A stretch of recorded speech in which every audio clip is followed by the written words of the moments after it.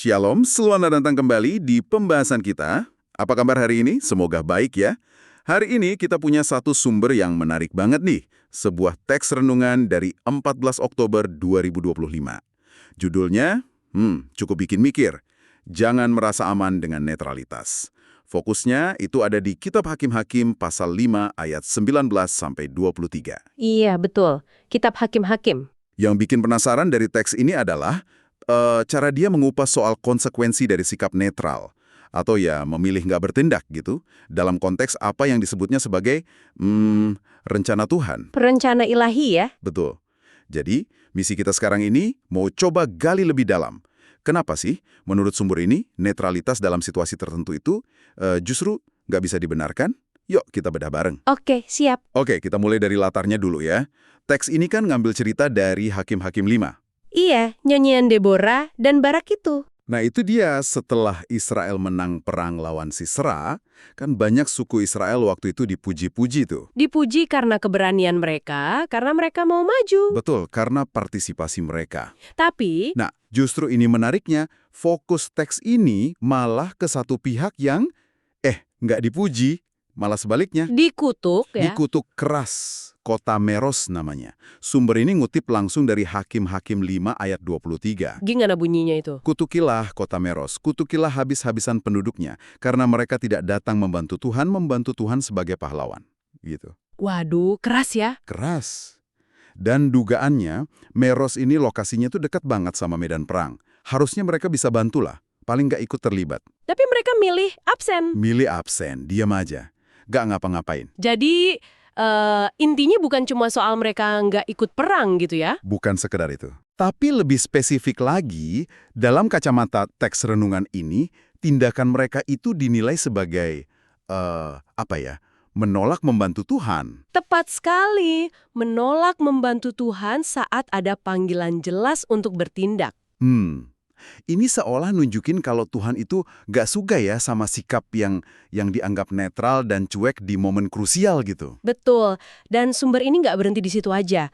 Dia menarik ini jadi sebuah prinsip yang lebih luas gitu. Oh ya? Prinsip apa tuh? Gagasannya gini, kalau ada sebuah gerakan atau tujuan ilahi yang lagi berjalan ya, ini menurut perspektif teks ini ya, terus Anda punya kesempatan buat terlibat, tapi malah milih netral, milih nggak ikut campur. Iya. Itu dianggap sama aja dengan menentang tujuan ilahi itu, walaupun pasif. Wah, jadi sikap pasif tun bisa dianggap menentang ya? Bisa.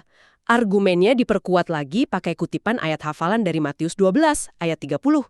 Oh, yang itu ya? Siapa tidak bersama aku, ia melawan aku. Dan siapa tidak mengumpulkan bersama aku, ia mencerai-beraikan. Itu dia.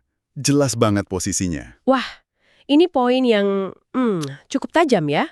Berarti teks ini mau bilang, kalau kita tahu nih apa yang benar harusnya dilakukan, tapi kok malah milih diam. Demi nyaman, demi aman sendiri. Nah, itu bukan netralitas yang bijak namanya. Tapi malah semacam, pembangkangan, ketidaktaatan. Iya, bisa dibilang begitu. Bentuk ketidaktaatan. Dan aplikasinya, menurut sumber ini, ya relevan banget buat kita sekarang. Bukan cuma soal perang zaman dulu aja berarti. Jelas bukan. Ini buat kehidupan Anda sehari-hari. Misalnya, pas lihat ada ketidakadilan atau kebohongan. Atau bahkan hal simpel kayak, ada orang butuh bantuan tapi kita pura-pura nggak lihat. Kayak cerita orang Samaria yang baik hati itu ya. Yang lain pada lewat aja. Nah, persis. Jangan sampai kita kayak orang Lewi atau imamnya di cerita itu. Teks ini kan memang ajak refleksi ya. Iya, ada pertanyaan-pertanyaannya ya. Ada. Kayak, pernah nggak sih Anda tergoda buat diem aja, padahal harusnya ngomong jujur atau menawarin bantuan? Terus apa yang nahan? Takut, nggak mau repot, atau ya sekedar masa bodoh aja? Pertanyaan reflektif banget. Pesan utamanya jelas. Jangan jadi kayak Meros. Jangan dikutuk karena nggak peduli.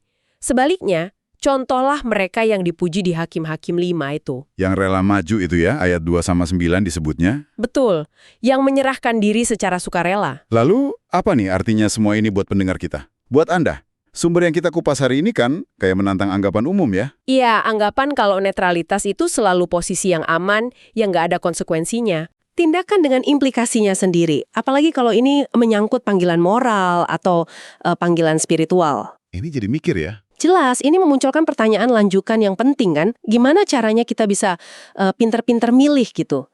Mana perang yang perlu kita ikuti tanpa harus capek ikut semua isu, ya kan? Betul, betul. Tapi di saat yang sama juga nggak terjebak jadi apatis. Nah, Nggak terjebak dalam sikap nggak peduli kayak yang dikritik di kisah Meros ini. Jadi, kapan sih menurut kerangka pikir teks ini, keterlibatan itu jadi sebuah keharusan, secara etis atau rohani gitu? pertanyaan bagus itu. Tantangan buat kita semua kayaknya. Oke, sebagai penutup nih, mungkin ada satu pemikiran ya buat Anda bawa pulang. Kalau dalam situasi tertentu, sikap netral itu bisa diartikan sebagai perlawanan pasif atau ketidaktaatan. Gimana caranya Anda bisa lebih peka? Lebih peka mengenali momen-momen dalam hidup Anda di mana ya mengambil sikap itu penting. Sekecil apapun tindakannya, mungkin itu jauh lebih krusial daripada kita sekedar menjaga zona nyaman dengan diam aja. Sebuah pengingat yang kuat. Ingat lagi ayat kuncinya dari Matius 12 ayat 30. Siapa tidak bersama aku, ia melawan aku. Dan siapa tidak mengumpulkan bersama aku, ia mencerai-beraikan. Amin. Terima kasih banyak sudah menyimak pembahasan kita hari ini. Semoga bermanfaat ya. Tuhan Yesus memberkati.